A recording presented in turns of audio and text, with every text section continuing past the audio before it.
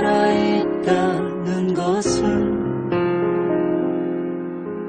부끄러운 일이 아니지.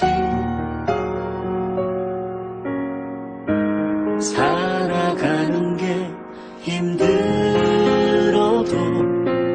그건 우리 잘못이 아니야.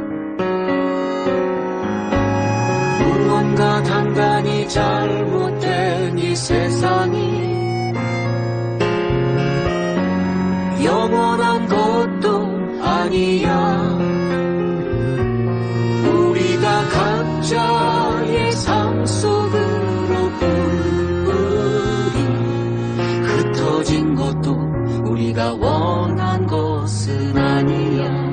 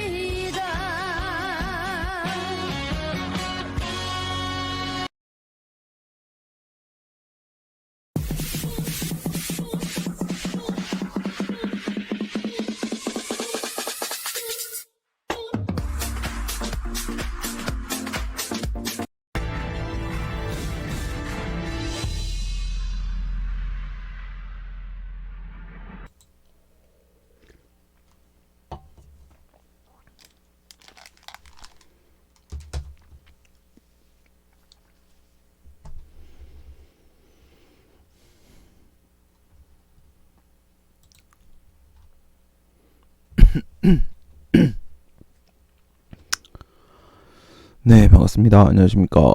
네, 혜란님 모셨습니다. 진윤미 학생 왔고요. 박상진 학생 왔고요. 권성빈 학생 왔고요. 나는 못난 이소명기 학생 왔고요. 네, 이경주 학생 왔고요. 아이고 졸려라. 네, 사랑 유은영 학생 왔습니다. 네, 또 답안 첨삭을 들어가 보도록 하겠습니다. 2011년도 일반행정 호급공채 기출문제 국민건강보험공단 소속 직원 징계 사건. 네, 문제들 뭐 다 익숙히 알고 계신 문제니까 중간중간 필요하면 문제 보도록 하고요. 진윤미 학생 답안 먼저 들어갑니다. 다음은 박상진 학생, 다음은 박민우 학생. 진윤미 학생 답안에 대해서 이야기하는데 만 가지고 1시간 정도 갈 것 같습니다. 네, 지난 시간에 별도의 불법 가능성에 대한 이야기 드렸었고요. 이게 중복재소 금지를 말하는 것이냐 라는 얘기를 했었죠. 네. 같은 재심 판정 중 이런 식으로 들어가는데 이게 이제 중복재소다라고 하려면, 그러한 문제를 제기하려면 재심 판정 중 먼저 해임 처분에 대한 구제 신청, 재심 신청이라고 표현하시라고 했고, 기각 판정에 대하여 이미 취소를 제기하여 소송 중에 있는데, 그런데 뭐요? 재심 판정이 하나이기 때문에 문제가 되는 거죠. 그럴 때 외형상 같은 재심 판정의 취소를 구하는 소송을 다시 제기하는 것이 가능한지 문제된다. 외형상으로는 재심 판정이 하나가 나왔고 그 안에 내용이 지금 해임 처분하고 직위 해제하고 두 개가 들어가 있는 건데, 네, 그런데 어쨌든 보여지기로는 외형상 같은 재심 판정에 대하여 소송을 제기하고 있다. 외형상 같은 재심 판정의 취소를 구하고 있다. 이런 식으로 표현을 해서 마치 중복재소가 되는 것처럼 느끼게 한 다음에, 하지만 이것은 하나의 재심 판정이 아니라 두 개의 내용을 가지고 있는 재심 판정이다. 따라서 중복재소 금지에 위반됨이 없다. 이렇게 마무리를 깔끔하게 지어주시면 된다 라고 말씀을 드렸죠.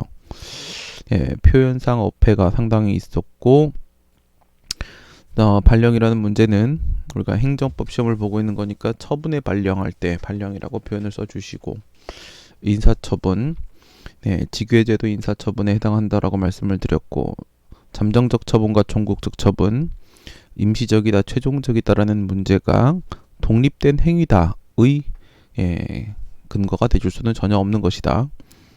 잠정적이다 종국적이다라는 것은 상호 관계에 있어서 흡수된다라는 부분에 의미를 갖는 것일 뿐이지, 그것이 독립된 행위다라는 근거가 전혀 되줄 수가 없다라고 했고, 그리고 갑은 직위해제 처분 구제 신청과 해임 처분 구제 신청 전부에 대하여 기각당했다.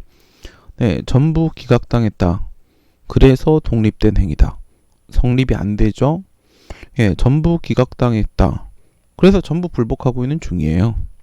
예, 전부 기각당했다는 것이 해임 처분 부분과 직위해제 부분이 독립된 사건으로 봐야 된다 라는 근거는 전혀 대줄 수가 없습니다. 그런데 마치 근거가 되는 것처럼 또한이라고 이야기를 해서, 네, 근거가 아닌 것을 근거로 제시를 하는 그런 우를 범했고, 그 다음에 구제 신청에 대한 기각 결정, 해임 처분뿐만 아니라 직위해제 처분, 구제 신청의 기각 결정 역시 다툴 수 있다. 근거가 하나도 제시되어 있지 않은 상황인데, 그리고 이것이 중복재소 금지를 말하는 것이라고 볼 수 있는 내용이 하나도 없습니다. 하나도 없는데 근데 중복재소를 얘기하려고 했다라고 했기 때문에 자신이 생각하고 있는 것이 상대방에게 전혀 전달이 되지 않습니다. 근거도 전부 다 틀렸습니다. 다음은 아라비아 3번의 취소의 대상입니다.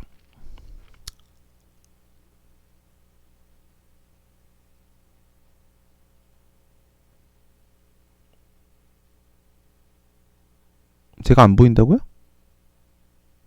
왜 안 보이지? 난 보이는데? 뭐 중간에 갑자기 꺼졌었어요? 무슨 일인지 모르겠고, 네, 취소의 대상.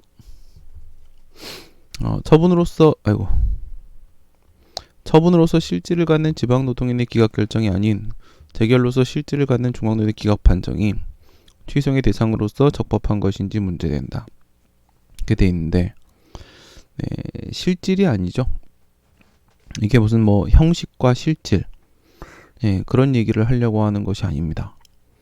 그것이 아니라 뭐 원처분에 해당하는 진노위의 기각 결정, 그다음에 재결처분에 해당하는 중노위의 기각 판정, 이렇게 얘기를 하는 것이 맞겠고, 무슨 말인지 알겠죠? 지금 여기서 형식과 실질을 논하는 상황이 아니고요. 또한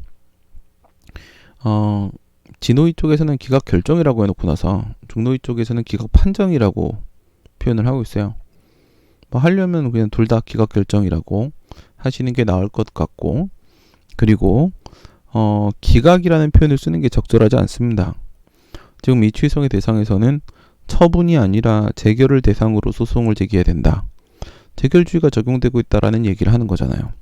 그럴 때는 인용인지 기각인지 중노위 부분에서 그 방향을 정해주는 것은 아무 의미도 없고, 재심 판정에 대해서 소송을 제기해야 된다라는 얘기를 해야 되는 상황이기 때문에 오히려 인용이냐 기각이냐라는 그러한 플러스 마이너스의 방향을 던지면 사람이 그쪽으로 생각이 쏠리게 되거든요. 뭐 기각이든 인용이든 뭔 상관입니까? 그쵸? 그게 중요한 게 아니죠.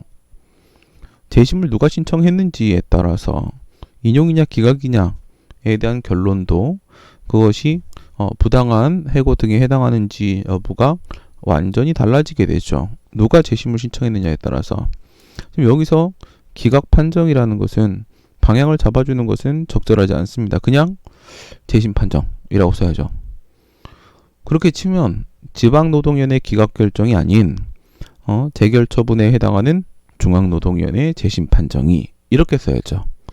뭐 앞에 기각 결정이야 기각이라고 써도 됩니다. 진노위는. 왜? 뭐 기각이었으니까요. 그리고 진노위에 구제 신청하는 것은 언제나 근로자 쪽이기 때문에 그쪽은 고정이 돼 있으니까 기각이라고 써도 됩니다. 그 다음 두 번째, 중노위의 재심은 누가 재심을 신청하느냐에 따라서 결과가 무엇을 의미하는지가 전혀 달라질 수밖에 없습니다. 그렇기 때문에 기각이라는 말을 저렇게 생뚱맞게 뚝 던져서는 안 되고요. 그 다음에 뿐만 아니라 지금 인용이냐 기각이냐의 문제를 떠나서 재심 판정이 과연 소외 대상이 될 수 있는지를 살피고 있는 것이니까 재심 판정이라고 그냥 있는 그대로 써주시는 것이 맞습니다. 안 읽히고 안 들어옵니다. 무슨 말을 하려고 하는지. 생각이 너무 많은 것 같아요. 생각이. 그러니까 내가 하고 싶은 얘기에서 일부를 포기하는 습관을 들여야 됩니다. 하고 싶은 말을 다 해서는 안 된단 말이죠. 그래서 이야기를 할 때 뭐 나중에 의뢰인을 만나서 얘기할 때도 마찬가지고, 그리고 여러분들도 최소한 네이버 블로그 만들어야 되고 유튜브 채널 만들어야 되고 나가서 일을 하시려면 만드셔야 된단 말이죠. 이제 혼자 그것을 운영하는 연습도 하셔야 되고요. 뭐 나중에 같은 법인에서 일을 하게 된다 하더라도 그 전까지는 혼자 살아남는 연습을 하셔야 돼요. 그렇죠? 아무 경험도 없는 상태에서 데리고 와봐야 써먹을 데도 없고 같이 일할 수도 없고 그렇습니다. 그러니까 어쨌든 합격하면 네이버 블로그도 만들고 그 다음에 유튜브 채널도 만들고 하셔야 돼요. 그럴 때 방송에서 여러분들이 이야기할 때 이 얘기를 하고 싶다. A라는 얘기를 하고 싶은데 거기서 떠오르는 생각이 1, 2, 3, 4, 5가 있어. A를 말하고 싶은 거야. 나의 메시지는 A야. 1, 2, 3, 4, 5가 있어. 근데 1, 2, 3, 4, 5 다 던지면요 A가 전달이 안 돼요. 그럴 때 뭐 1, 3, 4만 던지고 2, 5를 포기하는 거죠. 2, 5를 포기하는 게 맞아요. 그래서 글을 쓸 때도 마찬가지고 말을 할 때도 마찬가지고 할까 말까 생각이 들면 그때는 안 하는 게 맞는 겁니다. 안 하는 게 맞아요. 그런 경험은 여러분들이 많이 느끼게 되실 겁니다. 저도 뭐 새날 방송에서 얘기하다가 약간 아리까리한데 이게 뭐 어떡하지? 말을 할까? 하다가 말을 안 하면 돌아와서 다시 살펴보면 그러면 살았다. 말을 했으면 방향이 엉뚱한 데로 흐를 뻔했구나. 완전히 실수할 뻔했다. 라는 생각을 하게 되는 경우들이 지금도 상당히 많습니다. 지금 여기서 기각이라는 말을 진호이도 기각이었지, 중노이도 기각이었지, 이런 것들을 떠올렸을 거야. 그랬을 때 하나 내려놓는 연습. 우선 한 발 뒤로 물러나서 그냥 재심 판정에 대하여 그럼 내가 조금 더 디테일하게 말하지 않았는데? 라고 생각이 들지만 오히려 그 부분은 디테일하게 말하지 않는 것이 맞을 때, 그럴 때가 있습니다. 네. 디테일에는 오히려 악수가 있을 수도 있습니다. 네. 그 함정에 빠져버릴 수도 있어요. 여긴 재심 판정이 취소의 대상이 될 수 있는가, 이렇게 쓰는 게 맞고, 그 다음에 이 문장을 보면 저 기각 판정, 저 재심 판정이 적법한 것인지 문제된다라고 느껴져요.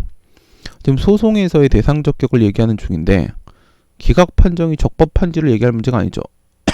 재결 처분이 적법인지 위법인지 그러한 실체적인 내용, 그런 본안에서의 내용을 얘기하려고 하는 게 아니잖아요. 그러니까 물론 나는 취소의 대상으로서라는 표현을 썼는데 라고 생각을 하시겠지만 읽으면 워낙에 일로 갔다 절로 갔다 해놔가지고, 그러니까 실질이란 말은 들어갈 말이 아닌데 들어가 있고, 그 다음에 기각 판정이라는 것으로 플러스 마이너스 방향을 한쪽 쏠림까지 줘버린 상태에서 거기서 이렇게 말을 해버리면 그냥 기각 판정이 적법한 것인지 위법한 것인지 이런 식으로 받아들여지게 됩니다. 그래서 글 쓸 때는 최대한 오해의 소지를 남기지 않는 것이 좋습니다. 완전한 글쟁이가 되기 전까지는 하고 싶은 말을 다 하면 반드시 오해를 남깁니다. 반드시 오해를 남겨요. 그래서 생각한 내용의 일부를 포기하고 접어두는 연습. 글 쓸 때 0.1초 쉬고 쓰기 시작하는 훈련. 그 다음에 던지고 싶은 말을 반은 참는 연습. 이런 연습이 필요해요. 그게 실력이에요. 네. 다음에 원처분 중심주의와 재결주의. 네, 베니초코누님 모셨습니다. 원처분 중심주의란 원칙적으로 원처분을 그 대상으로 하되 예외적으로 재결의 고의한 위법이 인정되는 경우에 한 해 들어가야죠. 한 해, 두 해, 세 해 할 때 한 해 들어가야 되고요. 경우에 한 해 재결에 대한 취송을 허용하는 것을 말한다. 재결주의란 오로지 재결 처분만이 소송의 대상이 된다고 보며 개별 법률에 특별한 규정이 있는 경우에 한다.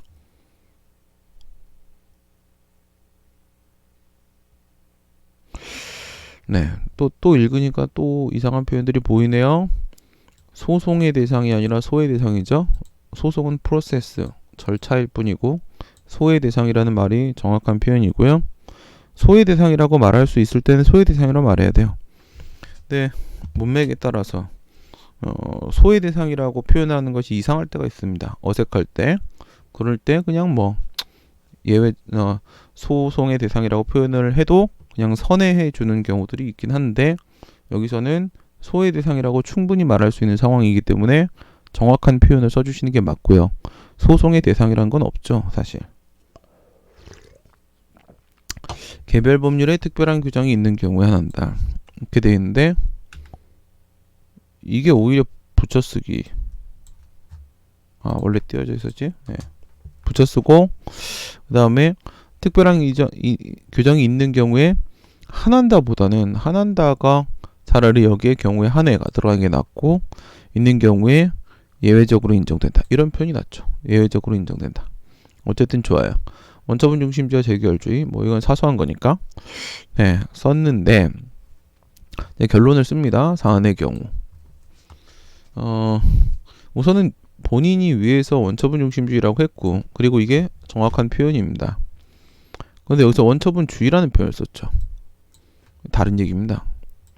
첫 번째, 원처분주의는 오직 원처분에 대해서만 소를 제기할 수 있다라는 의미가 되기 때문에 완전히 잘못된 얘기다. 오직 원처분에 대해서만 소를 제기해야 된다라는 주장은 단 한 번도 있은 적이 없고 있어서도 안 되고 있을 수도 없습니다. 그래서 원처분주의란 표현 자체가 원래 잘못된 것이고요. 판례가 잘못 쓰는 표현 되게 많죠. 원래 잘못된 표현이고, 두 번째, 본인이 위에서 원처분 중심주의라고 했는데 여기서 또 원처분주의라고 했다. 답안의 통일성도 깨졌습니다. 그러니까 내용 틀렸죠. 그 다음에 표현 틀렸죠. 그 다음에 통일성 깨졌죠. 통일성. 그 다음에 여기서 여러분들이 좀 생각을 해봐야 될 부분들이 상당히 많습니다. 부당해고 등 구제 신청에 대하여 노동위원회 결정에 불복하는 경우, 무슨 뭐 어색하죠? 대한이죠, 대한. 네, 구제 신청에 대한 노동위원회의 결정에 불복하는 경우 소를 제기할 수 있다. 아니죠. 노동위원회 결정에 불복한다. 저는 이제 내 제자들이니까 왜 이런 생각을 했을까까지 다 생각을 해봐요.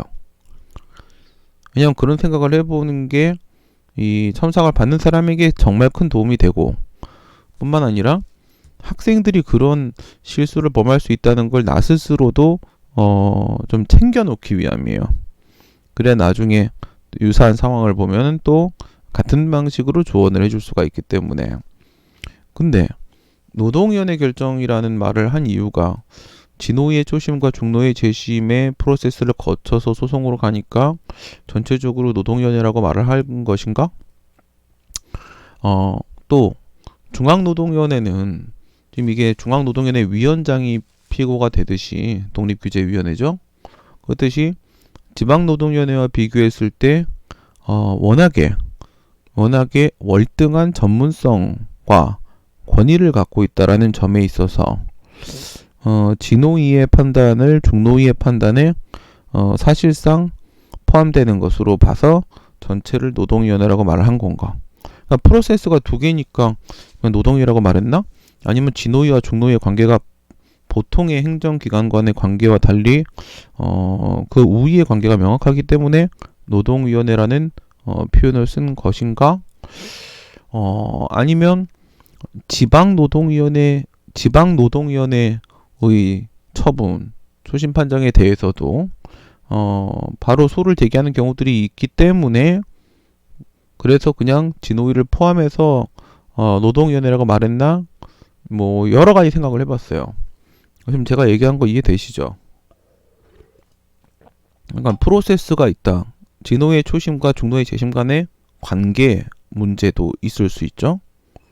두 개의 단계를 거치는 프로세스, 그 다음에 둘의 관계, 정말 현격한 우위의 관계, 그리고 무효확인 소송이라고 하게 되면 재결주의를 무력화시켜서 진호위의 처분에 대한 행정소송을 바로 제기할 수도 있으니까 이런 문제들을 생각해서 그냥 노동위원회 결정이라는 표현을 쓴 것일까? 라는 생각을 해봤어요. 절대 그러면 안 됩니다. 중노위라고 써야 돼요. 중노위의 재심 판정에 불복하는 경우라고 써야 됩니다. 왜냐하면 지금 뭘 얘기하고 있는지 생각해 보셔야 돼요. 그러니까 아 다르고 어 다르고 똑같은 얘기를 할 때도 어디서 얘기하는지에 따라 다 달라지는 겁니다. 무슨 얘기인지 알겠어요? 지금 소외대상에 대한 이야기를 하겠다고 했습니다. 소외대상에 대한 이야기를 하겠다고 했어.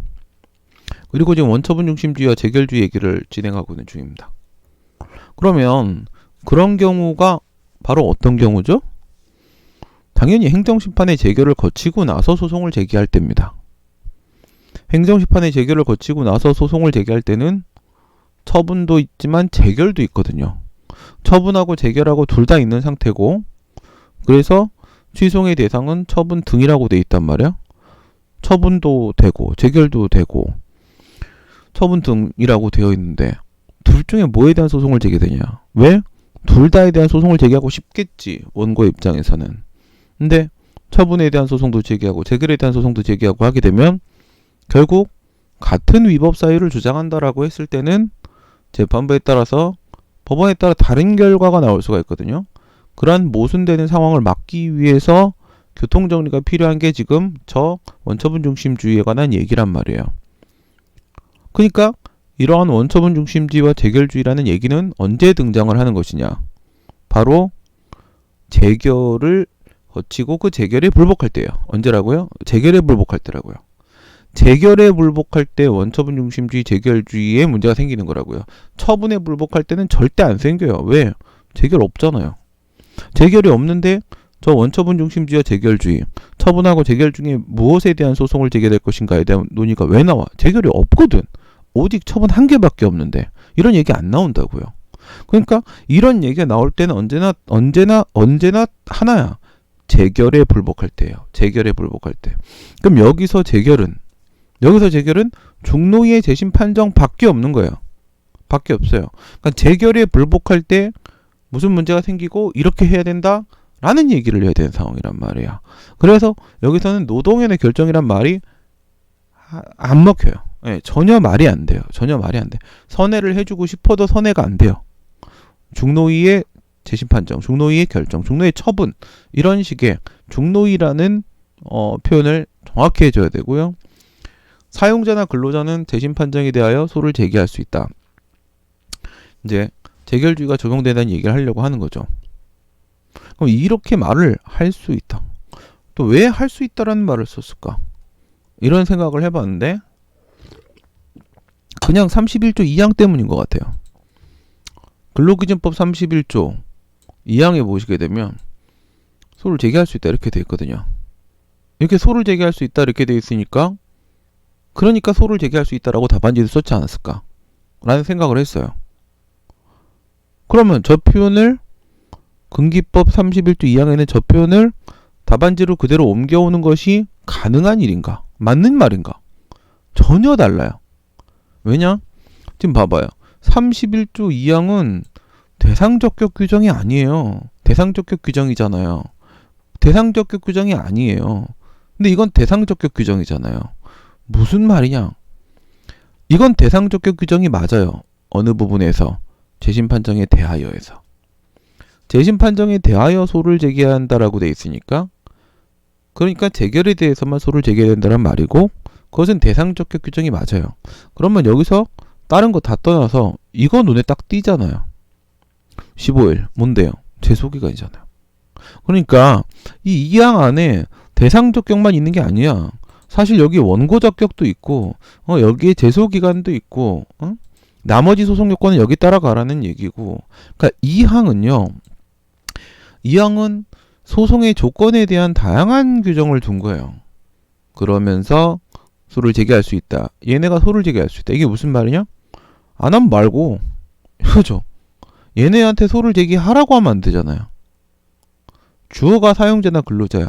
그러니까 얘네는 지 뜻에 따라 임의적으로 소를 제기할 수도 있고 안 할 수도 있는 거예요. 여기서 할 수 있다라는 것은 제소를 할 거냐 말 거냐에 있어서 재량이 인정된다는 거예요. 얘네들한테. 무엇에 대해서 재량이 인정된다는 게 아니죠? 재심 판정에 대해서 소를 제기할까 말까에 있어서 얘네들에게 재량을 인정해 주겠다는 게 아니에요. 그냥 이 재심 판정에 대하여 이런 거 다 떼고 차 떼고 포 떼고 다 떼고 소를 제기할 건지 말 건지 네 마음대로 하시라고 그런 의미예요. 네, 귀찮으면 안 하는 거죠. 근데 지금은 소의 대상에 관한 논의를 하고 있어요. 답안지에서. 원처분 중심주의, 재결주의 얘기하고 있고 결론을 재결주의로 끌어내려고 하는 거예요. 그래서 오직 재결에 대해서만 소를 제기해야 된다 라는 그런 말을 하려고 하는 겁니다. 재결주의에 대한 이야기를 하려고 하는데 재심 판정에 대하여 소를 제기할 수 있다 이렇게 말을 하면 그럼 초심 판정에 대하여도 소를 제기할 수 있다는 말이 돼버리는 거예요. 이 재심 판정에 대하여만 살리고 나머지 이거 다 삭제한다면 여기는 소를 제기하여야 한다로 바뀌어요. 소를 제기하여야 된다. 볼까요?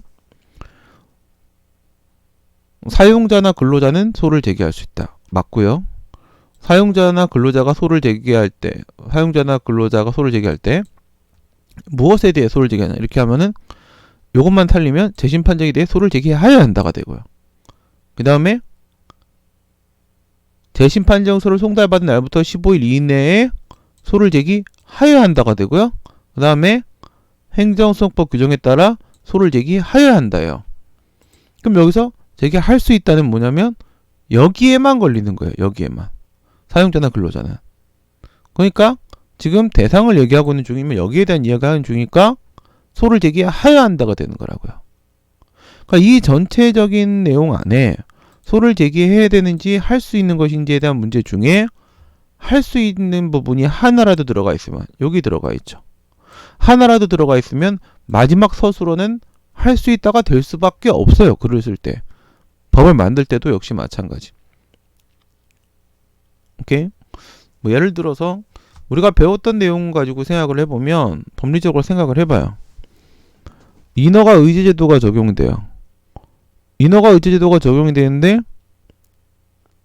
이 주된 행위는 주된 인허가는 기속행위예요. 그런데 만약에 의제되는 인허가가 재량이라고 한다면 그럼 전체적으로 재량이 돼버려요. 재량이. 그 안에 재량이 하나라도 들어가 있으면 여기에 재량이 들어가 있는 거야. 재량이 들어가 있으면 끝에는 재량으로 문헌상 표현을 할 수밖에 없다는 거야. 지금 이거에 대해서 얘기하는 거니까 해야 한다라고 해야죠. 그래서 여기도 중노위가 돼야 되고 중노위의 재심 판정이 불복하는 경우에는 재심 판정에 대하여만 소를 제기하여야 한다예요. 그게 31조 2항이에요. 똑같이 썼다고 똑같은 것이 아니다. 쉽게 이렇게 생각하면 돼요. 아까 전에 저것도 재심 판정에 대해 소를 제기하는데 해임 처분 부분이 있고 직외제 부분이 있잖아요. 외형상 같은 재심 판정에 대한 소송이라고 해서 중복재소 금지라고 위반이라고 말할 수는 없잖아요. 생각을 해봐요. 문재인 대통령이 세월호 살리겠다고 단식을 한 거하고요. 황교안이 다이어트를 한 거하고요. 같은 거예요? 진짜로 돈이 없어서 밥을 못 먹는 아이들하고요. 응? 그게 결식을 한 아이하고요. 집에 먹을 거 존나 많고 엄마 아빠 존나 부잔데 응? 지가 밥 먹기 싫어서 오락하려고 밥 안 먹은 거하고요. 결과적으로 밥을 안 먹었다라는 것은 다 똑같아요. 하지만 황교안은 교활한 짓을 한 것 뿐이고요. 청와대 앞에서 당대표라고 거기 씨발 존나 따뜻한 거 다 깔아놓고 나서 호텔보다 더 좋은 곳에서 잤고요. 그걸 단식이라 말할 수 없어요. 거기에는 단식이라 말하면 그 안에 결의가 담겨야 되고요. 내 것을 내려놓고 포기하는 것. 사회적 약자로서 마지막 수단으로서 내 생명을 내놓는 것. 곡기를 끊고 이거 외에는 더 이상의 아무런 방법이 없는 것. 그것이 단식이에요. 그래서 황교안이나 이런 애들은 단식의 소중한 의미를, 거룩한 의미를 희화화함으로써 이 땅의 정치를 망치고 나라를 쓰러뜨리기 위한 행동을 하는 거예요. 지가 무슨 짓을 했는지도 몰라요. 그냥 쓰레기니까. 그런 거예요. 똑같은 단식을 했다고 단식을 한 것이 아니고요. 문재인 대통령이 한 건 진정 단식이고 황교안이 한 건 부진정 단식으로서 양아치 짓이라고 부르는 거예요. 근로기준법 31조 2항에서 할 수 있다라고 돼 있다고 해서 할 수 있다라고 쓰는 것이 맞는 것이 아니라는 것이죠. 모든 것은 실질에 따라 판단한다. 그 최광욱 대표 재판도 판사 새끼가 우선 개무식하고 옥스퍼드 사전도 모르고 씨발 영어 공부한 적도 없고 실질에 따라 보지 않고 인턴이라는 개념을 시용의 개념으로 사용을 했다고요. 여러분들이 배운 그 시용의 개념이 아니잖아요. 대학 갈 때 인턴이 씨발. 응? 그게 이해할 수 있다 쓴 거랑 비슷한 거야. 같다고 같은 것이 아니다. 내가 항상 하는 얘기가 보이는 대로 보지 마라. 보이지 않는 것을 보아라. 그 안에 답이 있다. 원처분주의는 위해랑 표현도 틀리고 내용 전달되는 내용도 다 틀렸고요. 따라서 갑은 재심 판정에 대하여만 오직 취소를 제기할 수 있다. 이거 보세요. 이렇게 읽으면 뭐가 되는지 알아요?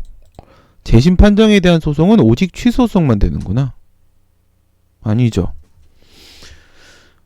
재심 판정 재결 처분에 대한 노동사건에서 무효확인 소송 제기할 수 있어요. 가능합니다. 네, 모의고사 문제도 있잖아요. 오직 취소만 제기할 수 있는 게 아니에요. 무효확인 소송은 초심 판정에 대해서 제기한다면서요. 맞아요. 그것은 전치주의가 적용되지 않기 때문에 무효항해송에 재결주의도 적용될 수 없고 그 재결주의로부터 자유를 얻었기 때문에 처분인 초심 판정에 대해서 소송을 제기할 수 있다라는 뜻이에요. 무효항해송이. 하지만 전치주의가 적용되지 않는다는 것이 행정심판이 금지된다는 의미가 아니잖아요. 적용되지 않는다는 것은 임의적이라는 뜻이죠. 우리가 말하는 전치주의는 필요주의를 말하는 것이니까. 그러니까 무효확인 소송을 무효임을 초심 판정의 무효를 주장한다 하더라도 근로자는 자신의 의지에 의해서 행정심판으로 중노의 재심을 거쳐도 돼요. 그리고 중노의 재심까지 거쳤을 때는 초심 판정이라는 처분과 재심 판정이라는 재결이 동시 등장하게 되고요. 그랬을 때 또다시 원처분 중심주의와 재결주의 문제가 생깁니다. 아까 여기서 벗어났었는데 무효확인 소송이기 때문에 또다시 원처분 중심주의와 재결주의 문제가 생겼을 땐 어쨌든 31조 2항에 재결주의 규정을 두고 있기 때문에 그에 따를 수밖에 없어요. 왜냐? 이건 대상적 격이니까요. 그래서 재심 판정에 대해서 취소를 제기하지 않고 무효확인 소송을 제기하는 것도 자신의 원고가 사용자든 근로자든 자신의 뜻에 따라 제기할 수 있습니다. 재심 판정에 대한 무효확인 소송 제기할 수 있다고. 그런데 오직 취소만 제기할 수 있다잖아요. 이거 본인이 이거 의도한 게 아니잖아요. 재심 판정에 대해서만 소를 제기할 수 있다라는 말을 하려고 한 거잖아요. 그럼 뭐지? 갑은 오직 재심 판정에 대하여만, 오직이 요거 두 개 사이에 들어가야죠. 갑은 오직 재심 판정에 대해서만 취소를 제기할 수 있다. 이건 맞아요. 무슨 말인지 알겠죠? 오직이 앞으로 요 사이로 들어오냐? 여기에 위치하느냐? 요 사이로 들어오면 재결에 대해서만 소를 제기된다는 뜻이 되고, 여기로 들어가면 취소송만 제기된다는 뜻이 된다고요. 지금 여러분들이 뭘 보고 계신 거죠? 진짜 아다르고 어다른 걸 보고 있는 거예요. 그러면 뭐야, 별것도 아닌 뭐 그냥 아다르고 어다르고 뭐 아랑 어랑 달라봐야 얼마나 달라 라고 생각을 하시겠지만, 이 답안을 읽은 채점자는 뭐라고 생각하겠냐고요. 슬쩍 이렇게 훌 본다고 보면 채점을 해. 뭐 오직 취소만 제기한다고? 뭐야, 무효항소 제기할 수 있는데? 바보 같은 교수가 들어오고 대충 사는 교수가 들어오면 살아남을 수 있지만, 정상적인 사람이 들어오면 오직 취소이라고 미쳤군 이래버린다고요. 인생 가지고 도박할 수는 없잖아요. 정확히 하면 되잖아. 별거 아니잖아. 여기다 써야죠. 그래서 내가 글을 쓸 때 0.1초만 쉬어보고, 내가 지금 이렇게 쓰려고 해. 아니 나도 이렇게 써요. 실수로 이렇게 써요. 그러면 내가 이렇게 쓰려고 해. 그럼 그거를 답안지에 썼다는 생각을 하면서 답안지 한번 보세요. 우리가 그냥 거울이 아닌 벽을 봐도 내가 지금 나를 보고 있다고 생각하고 벽을 보면 거기에 내가 보이죠. 실제로 보여요. 믿는 대로 보입니다. 따라서 답안지에다가 내가 머릿속에 있는 걸 썼다고 생각을 하고 빈 답안지를 보면 거기에 내가 쓴 글이 보입니다. 실제로. 그러면 저게 보여요. 오직이 여기가 아니구나. 앞이구나. 알겠어요? 그래서 내가 0.1초만 쉬고 쓰라고 얘기를 하는 거예요. 말이 먼저 나가면 개박살 나는 겁니다. 응? 내가 이런 식으로 이렇게 좀 바보같이 말을 할 때가 있어요. 문장 성분 다 안 맞추고 이렇게 떠듬 이렇게 지금 이런 거. 이게 뭔지 알아요? 생각을 많이 해야 될 때는 일부러 이렇게 해요. 나를 무겁지 않게 하는 거예요. 나를 무겁지 않게. 응? 그 훈련을 좀 하셔야 됩니다. 그리고 역시 여기도 마찬가지. 그럼 어쨌든 이제 작성자의 의도대로 이해해주면 재심 판정에 대해서만 제기할 수 있다는 얘기잖아요. 네. 그럼 여기가 또 해야 된다가 돼야 되죠. 여기처럼. 근데 이거를 못 보고 지나가고 그냥 뭐 그래 뭐 이렇게 할 수도 있어요. 할 수 있는데 거기서 눈에 거슬린 게 바로 뭐냐면 근로기준법 31조 2항이에요. 이거 또 무슨 얘기인지 알겠어요? 그러니까 이것도 이것도 내 사람 만나러 갈 때 어떤 시계 차고 갈 건지 어떤 안경 쓰고 갈 건지 내가 바뀐 게 아니잖아. 난 똑같은 놈이야. 그건 중요하지 않아요. 상대방이 나를 어떻게 생각하는지가 더 중요해요. 아니야. 나 자체의 의미가 중요해. 그건 네 생각이시고. 무슨 말인지 알겠어요? 여기 근로기준법 31조 2항이 써있기 때문에 근로기준법 31조 2항을 떠올리게 된 거예요. 그냥 재결주의 이렇게 읽고 지나갔으면 넘어갈 뻔했는데 근로기준법 31조 2항이 써있기 때문에 내가 그걸 떠올리게 돼요. 먼저 그쪽에서 날 자극했잖아요. 떠올리면 거기 할 수 있다는 그 의미가 아닌데? 이게 비교가 돼버리는 거예요. 그러다가 걸려 넘어지는 거죠. 그래서 여기서 상대방한테 한번 조인트 까인 거예요. 찍혔거든? 찍혔는데 근데 뒤에 가니까 또 그러는 거죠. 그러면 이 인간 아주 주의무를 다하지 않는 사람이구나. 답안을 대충 쓰는 것 같아. 실력은 있는데 답안을 대충 써.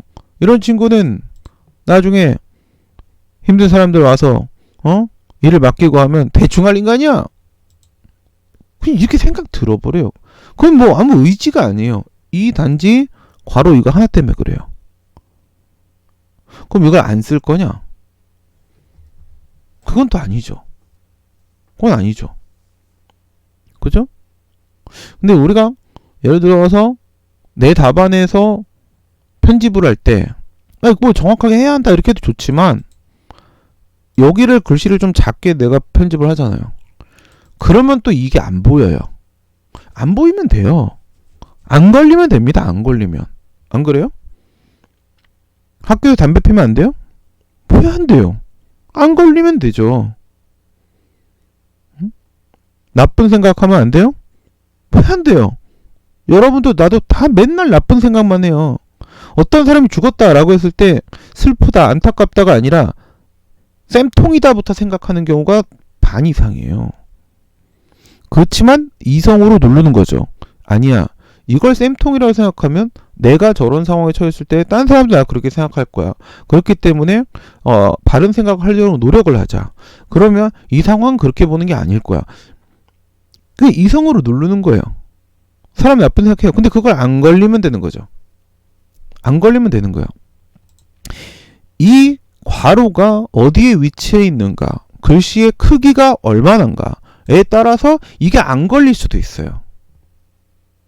진짜 별거 아닌 것 같지만 이게 인생의 전부예요. 인생의 전부입니다. 내용 똑같아도 고득점 해요. 왜? 작성자가 학생이 착해 보이면, 눈이 착해 보이면 점수 줍니다. 실제로. 그거 어쩔 수 없어요. 채점하는 사람이 인간이기 때문에.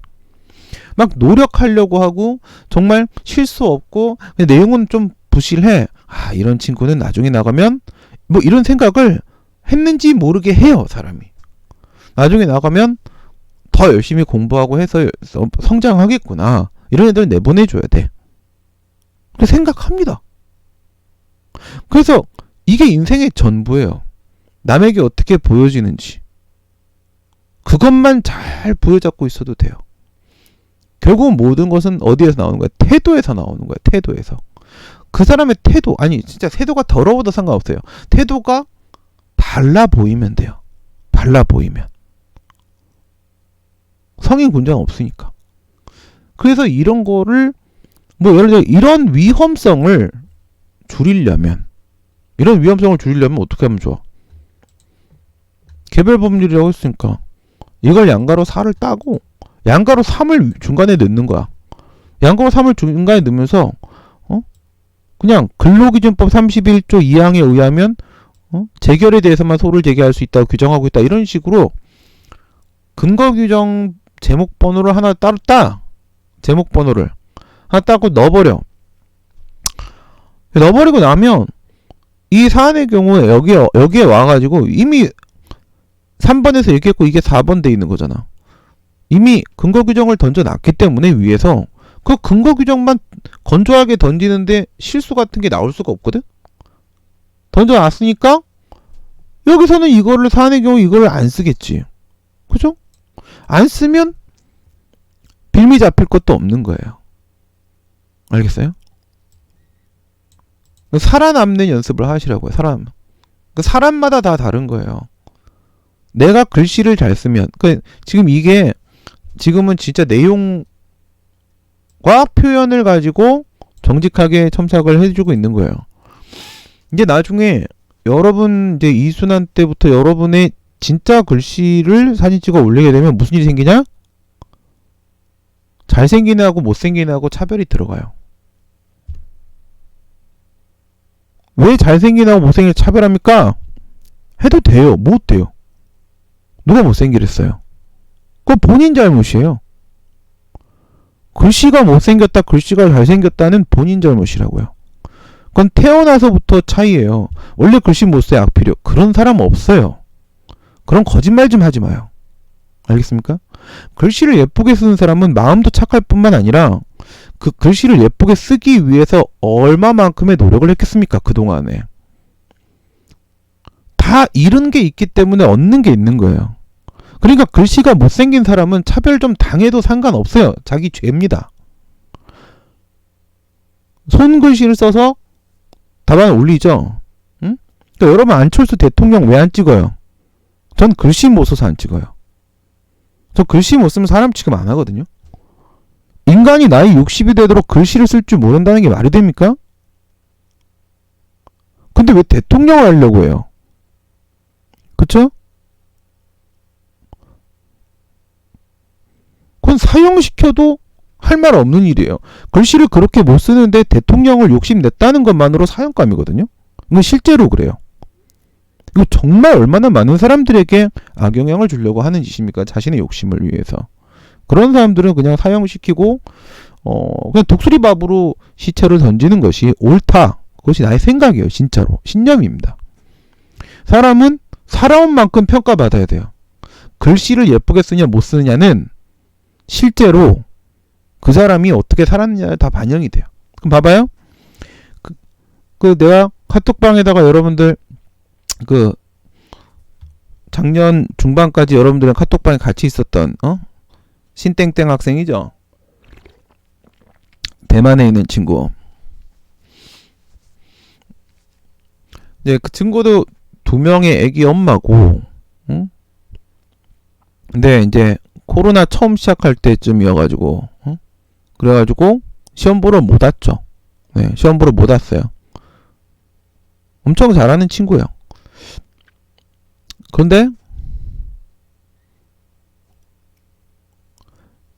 글씨가 예쁘게 나오면은 그랬잖아. 그 친구가 제시 때 나한테 왔어요. 초시 때 67인가 68인가 맞고 제시 때 68점 몇 정도 맞았고 한 번 69인가도 있었고 하여튼간 3번인가 시험을 봐 3번인가 4번 시험 봐서 평균적으로 68이고 다 60대 후반이에요.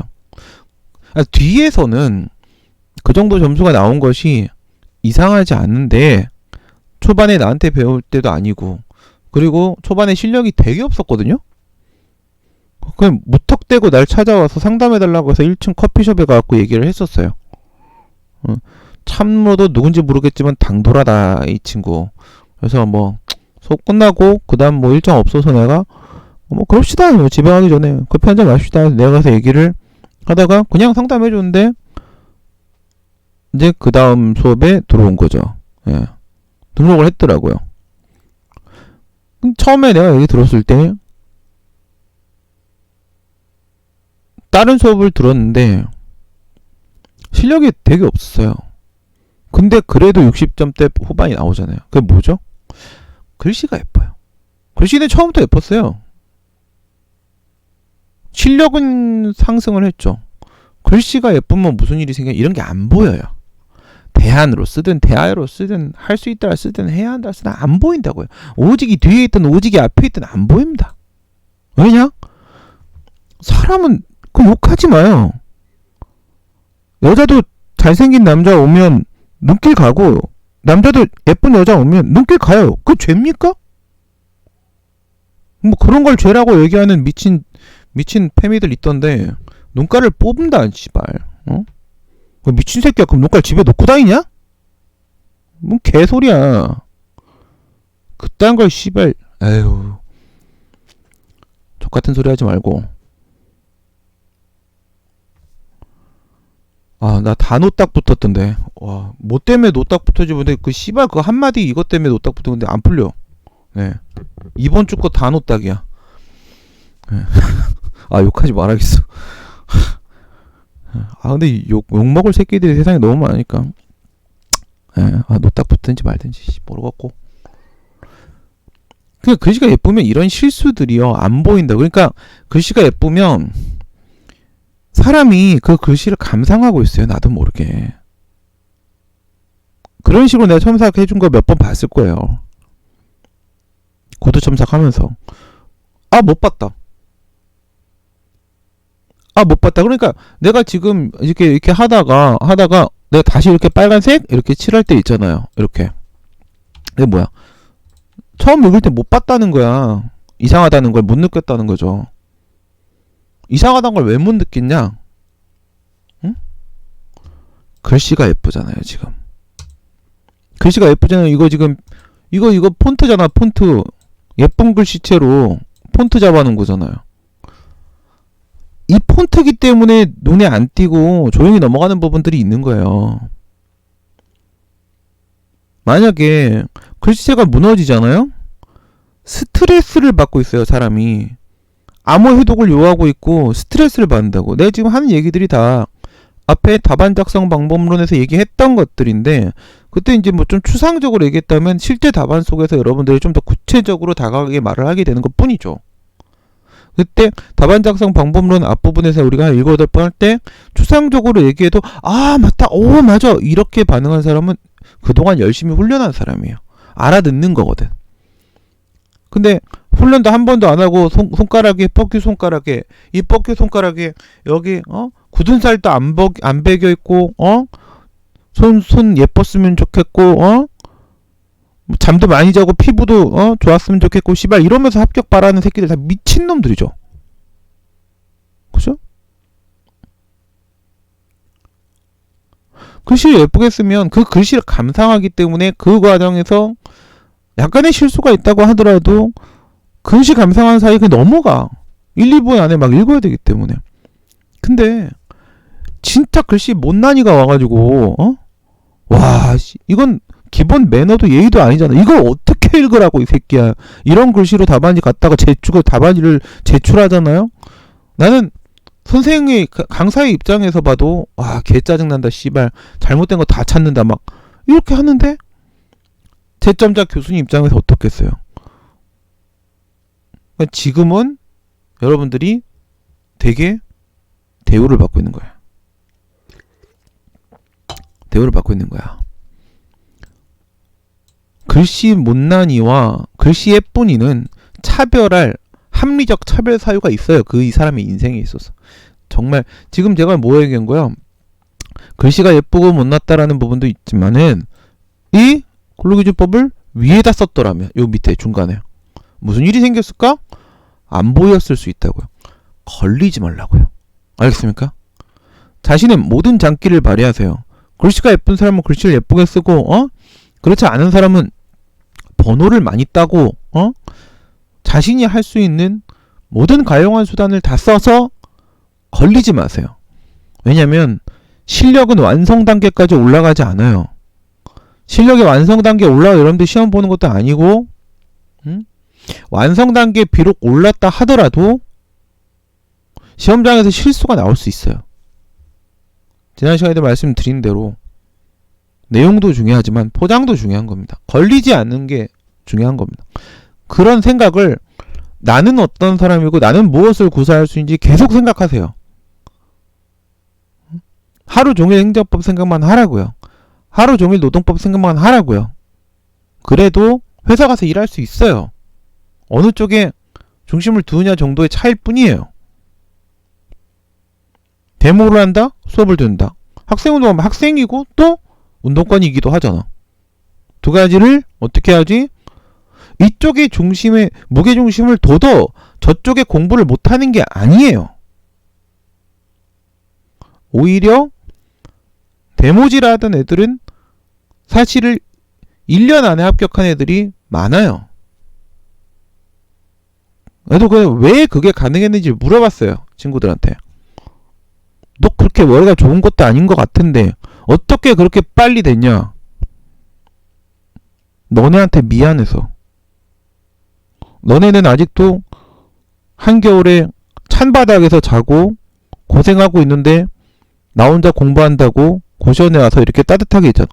어떤 사람은 고시원이 너무 허름해서 어떻게 사람이 여기서 사냐, 여기서 어떻게 공부해, 이런 소리 하지만 우리 친구들은 고시원이 너무 고마워서, 너무 민망하고 미안해서, 내 친구들은 길바닥에 누워있는데 이렇게 천국 같은 곳에 나만 있어도 되나? 똑같은 현상, 똑같은 공간을 쓰면서도 어떤 생각을 갖고 있는지 다 다른 거예요. 응? 어디다 무게중심, 회사 다니고 애 키우고 뭐하고 다 누구나 사정이 있습니다. 누구나 사정이 다 있어요.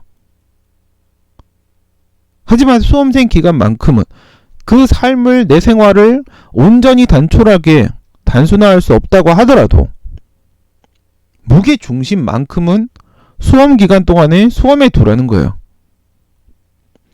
그런 생각을 계속하면 계속 그 생각만 하는 사람은 아무도 못 이겨요. 머리가 좋고 나쁘고의 문제가 아니란 말이에요. 계속 시험 생각만 하면 나도 모르는 사이에 생각이 나고 떠오릅니다. 자다가도 떠올라요.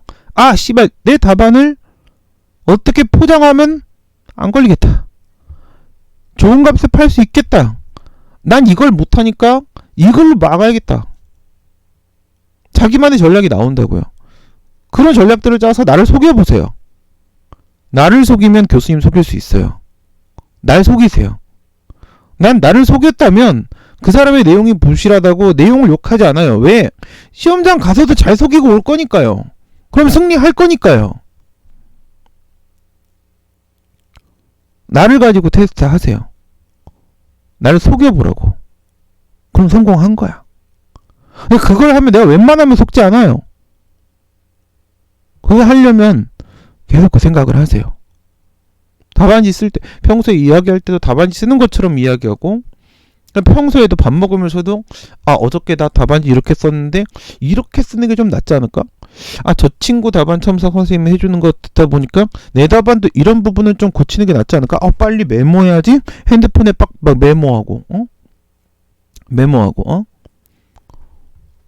밤에 이렇게 나랑 할 때는 밤에 하고, 뭐 월요일이라거나 토요일이라거나 일요일이라거나 이렇게 밤에 나랑 이런 시간 없을 때는 도서관에 독서실에서 공부하고 와서 피곤해서 도저히 안되게 졸려갖고 집에 오지만 사람은 오다가 깨요. 오다가 응? 오다가 깨면 다시 30분은 공부할 수 있어요. 오다가 깨면 30분, 응? 그 30분 동안 내가 썼던 답안 하나를, 타이핑 쳐놓은 거 하나를 빨리 낮에 내가 메모해놓은 대로 이건 이렇게 좀 바꿔야겠다, 이런 거 좀 이렇게 수정하는 게 나을 것 같아 라고 해놨던 거를 빨리 컴퓨터 켜고 거기다 반영을 하라고요. 잊어버리기 전에. 잠들면 다 잊어버려요. 계속 그 생각만 하세요. 계속 시험 생각만 하시라고요. 4번의 협의의 소익. 지금 이게 1번은, 저거는 3번은 사실 대상적격이에요. 대상적격. 근데 지금 어디에도 대상적격이란 말이 없어요. 취송의 대상. 이렇게 쓸 수도 있는데 결국 재결주의를 말할 거면 대상적격이라고 따주라. 제목에 대상적격 이렇게 따면 돼요. 근데 밑에서 결론이 원처분 중심주의면 공무원에 대한 징계처분, 소청심사 이런 식으로 해서 밑에서 결론이 원처분 중심주의, 진짜 그래서 재결의 고의한 위법 유무를 따진 상황이면 그건 대상적격이 아니니까 여기에다가 취송의 대상이라고 쓰는 게 맞죠. 근데 여기에 결론은 재결주의예요. 재결주의는 대상적격이 맞잖아요. 그럼 여기 대상적격 이렇게 따야죠. 거기서 안 땄으면 중간 어디에라도 이건 대상적격이다. 행정수역법 19조 본문에 처분 등에도 불구하고 금기법 31조 2항에 따라 이건 재결주의 대상적격. 오직 재결이 있으면 처분에 대한 소송 제기하면 각하된다. 대상적격이란 말이 어딘가에 나와야 돼요. 안 나와요.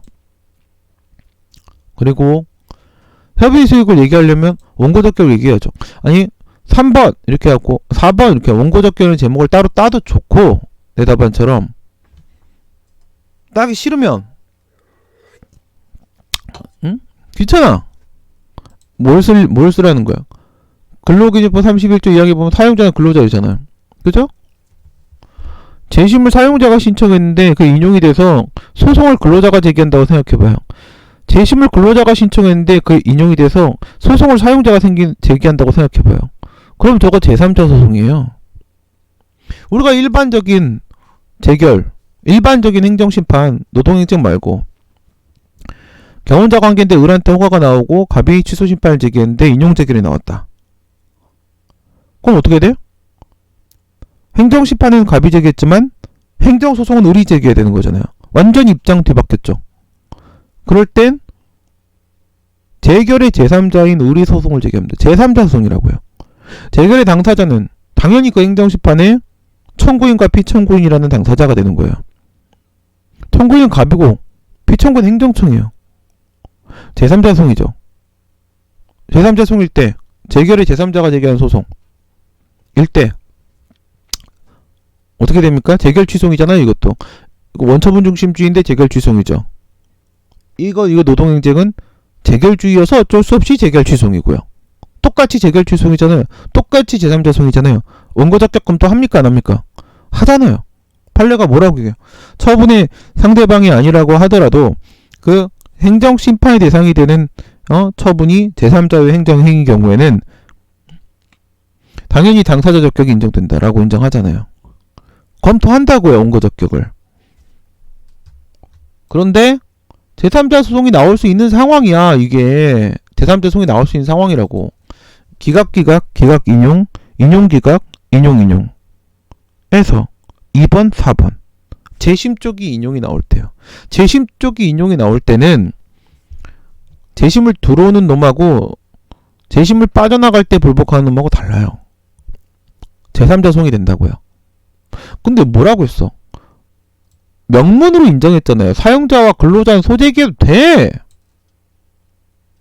이거 쓰는 거라고요. 원고적격을 아예 명문으로 인정하고 있다. 그거 써줘야 되는 거라고요. 그러면 번호를 따로 따서 원고적격을 얘기할 생각이 없으면 귀찮으면 여기에다가 넣으라고요. 이 문제점의 용도는 너무나도 많아요. 얘는 카멜레온 같은 아이예요. 이후에 어떤 이야기를 하게 될 것인지 그 청사진을 보여주는 그런 역할을 할 수도 있죠. 그리고 여기서 앞에의 내용과 지금 이제부터 하게 되는 이야기를 연결해주는 연결고리의 역할을 할 수도 있겠죠. 여기에 어떤 문제 상황이 발생했는지 그 문제인식을 전달해주는 그런 기폭제가 돼줄 수도 있겠죠. 또는 지금 이 원고적격처럼 좀 사소해 보이는 것들, 또 분량 적게 나오는 것들, 이런 것들을 배치하는 공간으로 창고같이 사용될 수도 있어요. 여기서 뭐 이래 갖고 문제된다. 요거 이제 해야 될 얘기 많으니까 그다 치고 이래 문제된다 한 다음에 여기 뒤에다가 다짜요. 뒤에다 뭐라고 쓰면 돼요?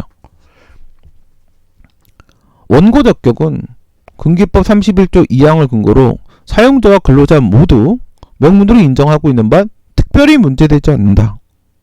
이런 식으로 써주면 되잖아요. 특별히 문제되지 않는다. 명문의 근거가 있다. 협의 수익으로 바로 들어갈 거면 대상적격 끝났는데 원고적격 없이 협의 수익 바로 들어갈 거면 문제점에서 원고적격을 간단하게 한 줄로 짚어주면 되잖아요. 아예 안 쓰면 안 된다고요. 아예 안 쓰면.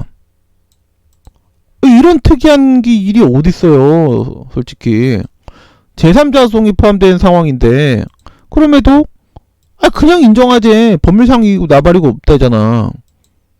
이게 뭐냐고. 이건 엄청나게 특수한 상황이라고요.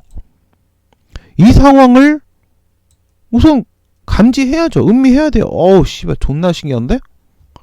그럼 존나 신기하면 써줘야지. 답안지에다가 존나 써줘야지. 없어요. 제목 안 될 거면 여기라도 써주라. 알겠어요? 에휴, 오늘 밤은 여기까지 합시다. 또 내일 뭐 시간이 참 우리는 뭘 해도 내가 말이 많아서 오래 걸려. 그래도 다 영양가 있는 얘기니까 집중해서 생각들 많이 하시기 바랍니다. 시험 보고 나면 다 그게 피가 되고 살이 됐다는 생각하게 될 겁니다. 네, 여기까지 하겠습니다. 여러분 내일 뵙겠습니다. 편안한 밤 되십시오. 안녕.